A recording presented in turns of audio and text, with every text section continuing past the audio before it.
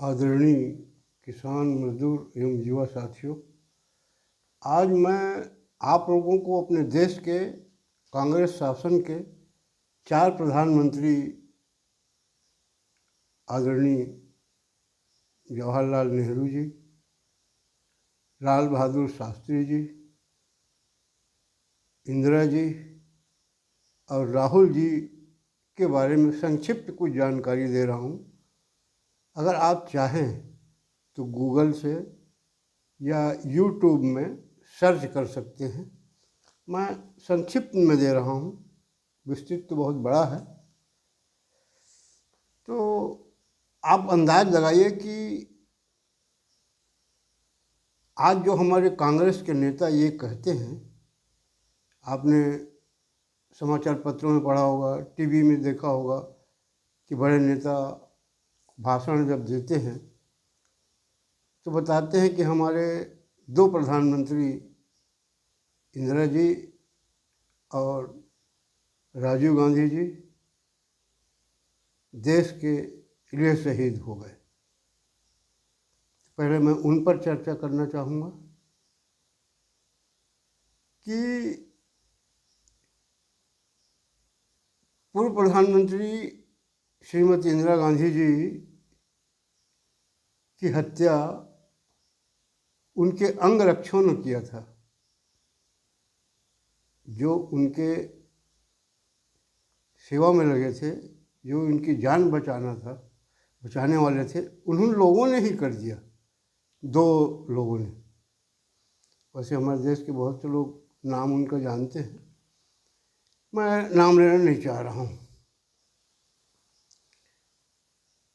तो उसका कारण यह था हत्या करने का कि इंदिरा जी ने जनरल सिंह भिंडरवाले, जो आतंकवादी था, खूंखार आतंकवादी, वो स्वर्ण मंदिर अमृतसर में छुप गया था। इंदिरा जी ने सेना भेज करके स्वर्ण मंदिर के अंदर भिंडरवाले की हत्या करवा दिया था। किसी भी देव स्थल में, मंदिर में, मस्जिद में, गुरुद्वारे में सेना जाने से और वहाँ बमबारी करने से हर धर्म के लोगों को ठेस पहुँचता है। तो इंदिरा जी के इस बात से वो जो 2 अंगरक्षक थे वो नाराज हो गए और मन ही मन सोच रहे थे कभी न कभी मौका मिलेगा तो हम निपटाएंगे। भिंडरवाला के हत्या के बाद खुफिया तंत्र, प्रधानमंत्री जी का जो इंटेलिजेंस था, उसने सलाह दिया था प्रधानमंत्री जी को, इंदिरा जी को सलाह दिया था कि आप 2 अंगरक्षक को अलग कर दीजिए, आपको खतरा है। इंदिरा जी नहीं मानी, दोनों पर बहुत विश्वास करती थी। और एक दिन ऐसा समय आया कि जब वो अपने ऑफिस जा रही थी, मौका मिला, दोनों ने उनको शूट कर दिया।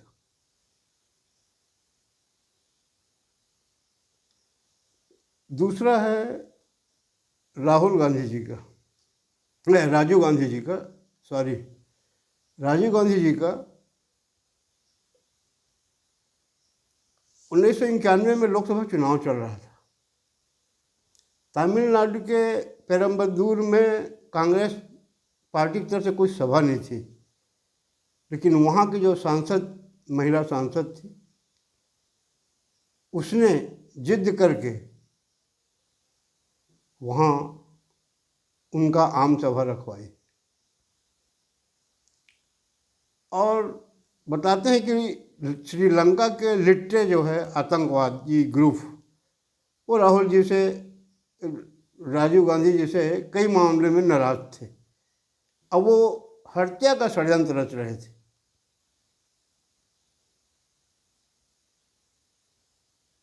तो वहाँ जो कोयम्बटूर में आम सभा रखवाया गया।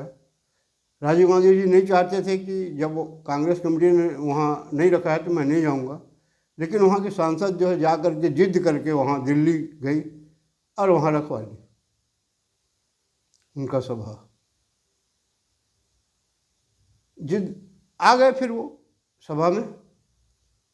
देखना, आज तक आपने कभी भी देखा होगा कि कोई भी प्रधानमंत्री या मुख्यमंत्री, कोई भी बड़ा नेता अगर किसी प्रदेश में दौरा करने जाता है तो वहाँ के प्रदेश के पदाधिकारी, कांग्रेस के विधायक, सांसद कुछ उपस्थित रहते हैं। मगर राजीव गांधी जी के साथ ऐसा नहीं हुआ। ये प्रदेश के जो पदाधिकारी थे, सांसद, विधायक थे वहाँ कांग्रेस के, ये वहाँ गए जरूर। कहाँ? एयरपोर्ट, राजीव गांधी जी को लेने के लिए वहाँ अपनी हाजिरी दिए। और जब वो मंच के जब करीब आए तो सबने अपना अपना किनारा काट लिया। और चूंकि अब उनको तो मंच में जाना था तो वो लोगों से मिलते चले गए। उसी बीच धनु नाम की एक महिला जो लिट्टे संस्था की मेंबर थी, और उन्हीं को लिट्टे ने जवाबदारी दिया था कि तुमको आत्मघाती बम फोड़ना है, तुम मरोगे तो मरोगे, मगर उनको मारना जरूरी है कि वो देश का दोबारा प्रधानमंत्री न बने। इतना लिट्टे को खतरा हो गया था राजीव गांधी जी से। अब वो धनु जो है सामने गई, चंदन का माला लिए हुए थी और राजीव गांधी को पहनाई। पैर पड़ने के नाम से जैसे नीचे झुकी वो, और कमर में उसका तो बम लगा हुआ था, वही बटन था, बटन को उसने दबा दिया। उस महिला ने, उस लड़की ने, उससे वो तो खुद मरी। देश के प्रधानमंत्री राजीव जी भी हमारे बीच नहीं रहे, और वहाँ 15-16 लोग दुनिया से चल बसे।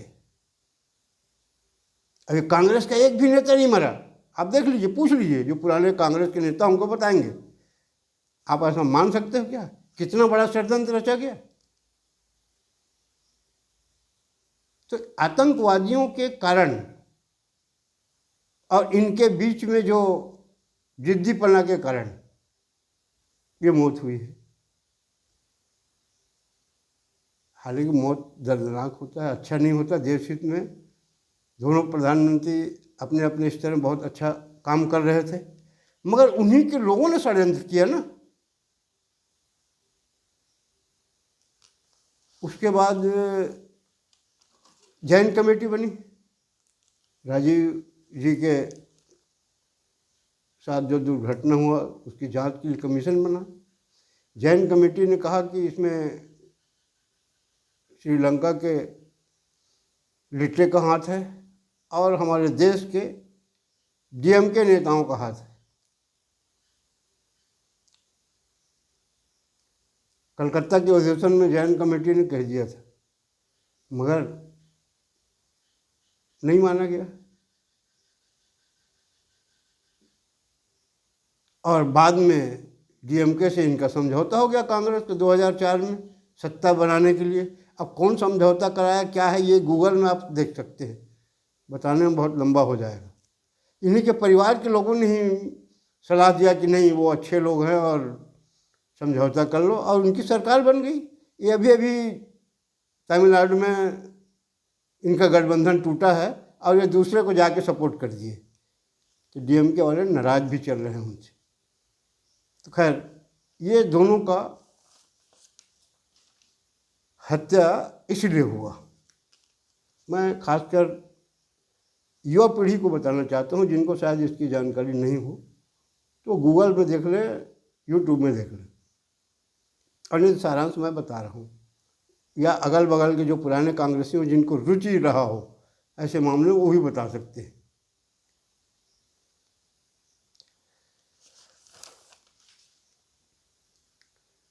आदरणीय किसान मजदूर साथियों, तो मैं आपको बताया था कि हमारे अब 2 प्रधानमंत्री क्यों छूटे। इसलिए मैं आपको 2 पूर्व प्रधानमंत्री आदरणीय जवाहरलाल नेहरू जी, आदरणीय लाल बहादुर शास्त्री जी के बारे में बताना चाहूँगा कि जवाहरलाल नेहरू जी स्वतंत्रता के बाद जब प्रधानमंत्री बनने के लिए हमारे देश के 14 बड़े नेताओं के बीच वोटिंग हुआ,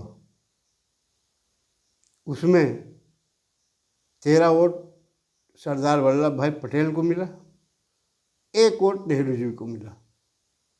गांधी जी चाहते थे कि नेहरू जी बने, मगर वोटिंग में वो हार गए। गांधी जी को चूँकि देश के सभी नेता मानते थे, उन्होंने जिद किया वल्लभ भाई पटेल से कि आप इनको बनने दीजिए, इनको बनने दीजिए, वो बन गए।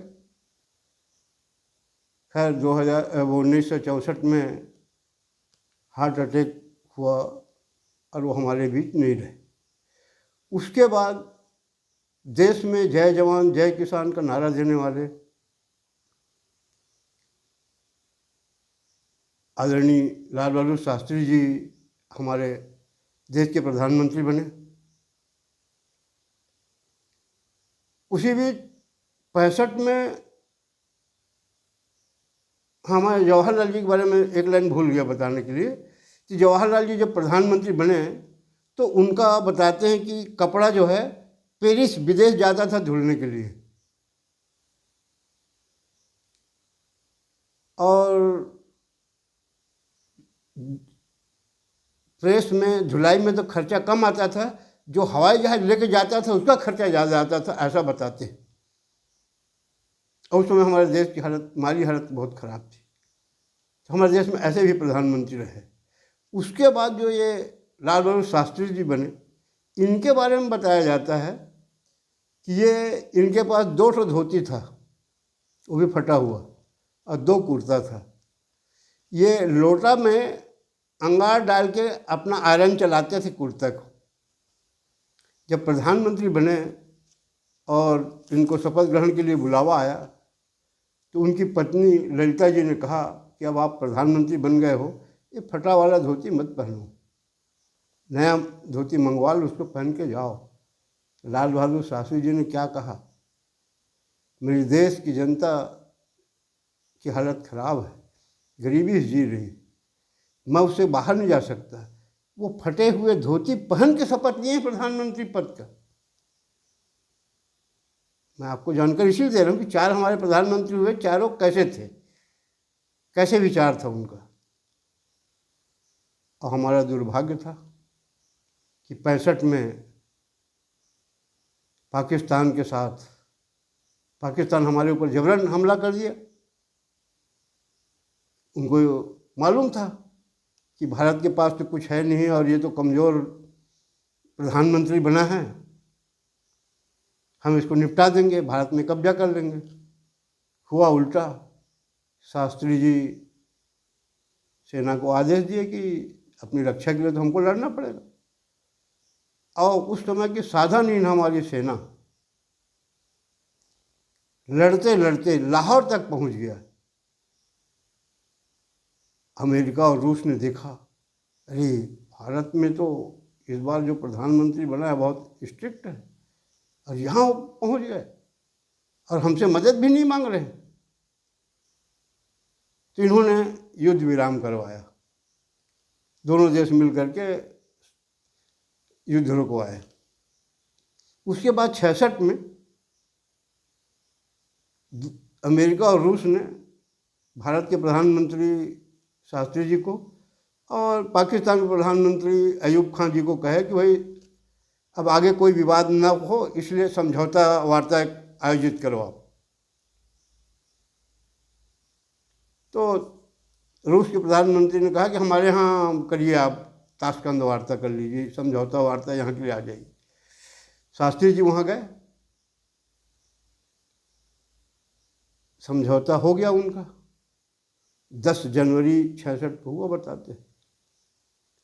अब ये देखिए, उनका खाना बनाने वाला लाल बहादुर शास्त्री जी का, जिसका नाम रामनाथ बताते हैं, वो स्वयं लेकर के अपने साथ गए थे। उस दिन ऐसा षड्यंत्र किया गया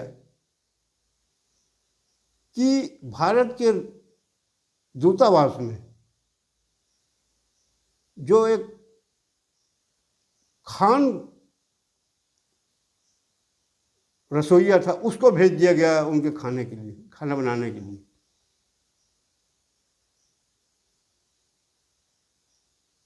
वहाँ वो बताते हैं कि पानी में या रात में दूध में उनको कोई पॉइजन दे दिया गया। उसी कारण उनकी रात को लगभग 1:30 बजे करीब सीने में दर्द हुआ और वो हमारे बीच नहीं रह गए। दूसरे दिन जब उनका लाश भारत आया तो उनकी माँ जिंदा थी और पत्नी। जब इन लोगों ने लाश देखा तो इनको मालूम था, तो पुराने अनुभवी लोग थे, बोले ये तो जहर दिया गया है, नीला पड़ गया था शरीर। उन्होंने भारत सरकार से पोस्टमार्टम की मांग किया। आप देखो कुछ भी कोई घटना दुर्घटना हो तो पोस्टमार्टम होता है ना। उस समय इंदिरा जी जब प्रधानमंत्री बनी तो वहाँ पोस्टमार्टम उनके सामने बात रख, वो भी मंत्री थे उसी उनके कार्यकाल में, तो वहाँ रखा गया भाई भारत सरकार इसका पोस्टमार्टम कराए। इंदिरा जी ने विरोध कर दिया, नहीं नहीं पोस्टमार्टम नहीं होगा। क्यों? यहीं पे से देश के लोगों को शक हो गया कि ये सब प्रधानमंत्री बनने के लिए ये सब चाल किया गया। भाई पोस्टमार्टम जब उसके घर के लोग बोल रहे हैं, पत्नी बोल रही है, उसकी माँ बोल रही है, और कौन बोलेगा? बच्चे तो उस समय नादान थे, ज़्यादा समझदारी नहीं था उनको। पोस्टमार्टम नहीं होने दिया गया। हमारे ऐसे भी प्रधानमंत्री थे कि जो दूसरे प्रधानमंत्री का पोस्टमार्टम नहीं होने दिए। तो ये चारों प्रधानमंत्री को मैंने आपको हाल बता दिया है। अब मैंने ये सुना है, समाचार पत्रों में भी पढ़ा है, आपको भी जानकारी हुआ होगा, हमारे छत्तीसगढ़ में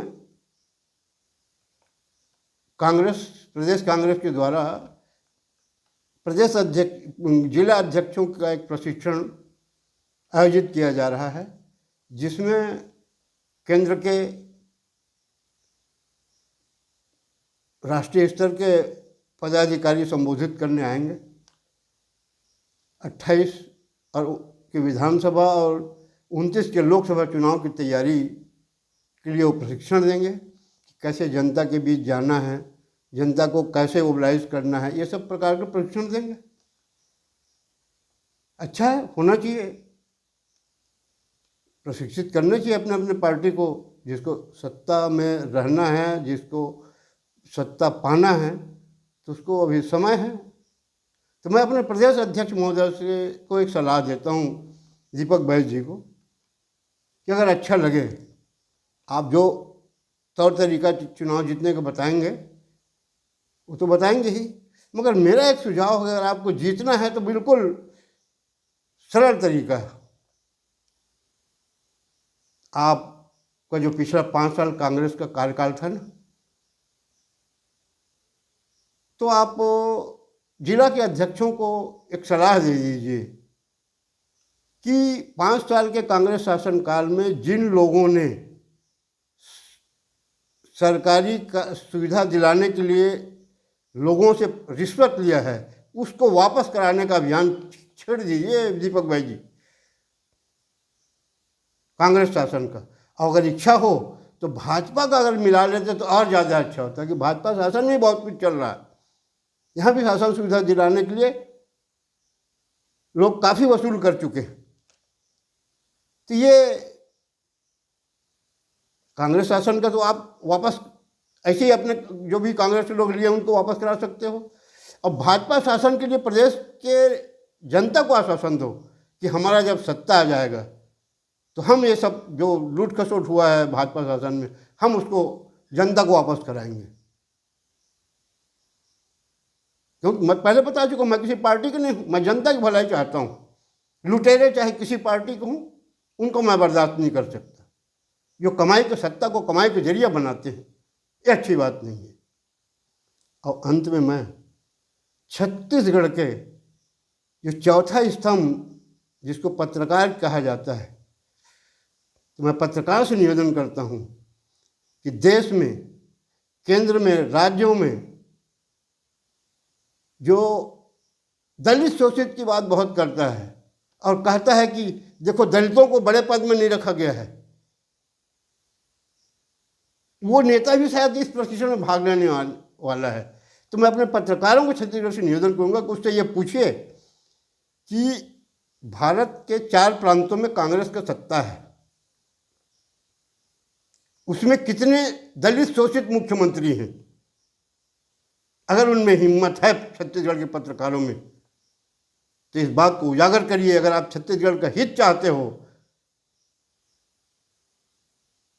जो देश की जनता को बरगिलाता है, दलित शोषित और अगड़ा पिछड़ा की बात करता है, इसके जो 4 मुख्यमंत्री बनाए हैं सभी सवर्ण हैं, कोई दलित शोषित नहीं है। मैं बता रहा हूँ जानकारी के लिए, पत्रकार पूछे न पूछे, आम जनता को जानकारी होना चाहिए। और देखिए कैसे बात करता है, और सब करोड़पतियों को बनाया है ना, कोई गरीब को किसी को नहीं बनाया इसने। तो मैं पत्रकारों से निवेदन करूँगा कि आप वो जो केंद्र में विपक्ष का नेता बना हुआ है दुर्भाग्य से भारत का, उससे ये बात पूछिए कि कितने मुख्यमंत्री आपके शोषित और दलित हैं, किस प्रांत में हैं। इतना कह के अपने वाणी विराम देता हूँ। धन्यवाद। जय हिंद।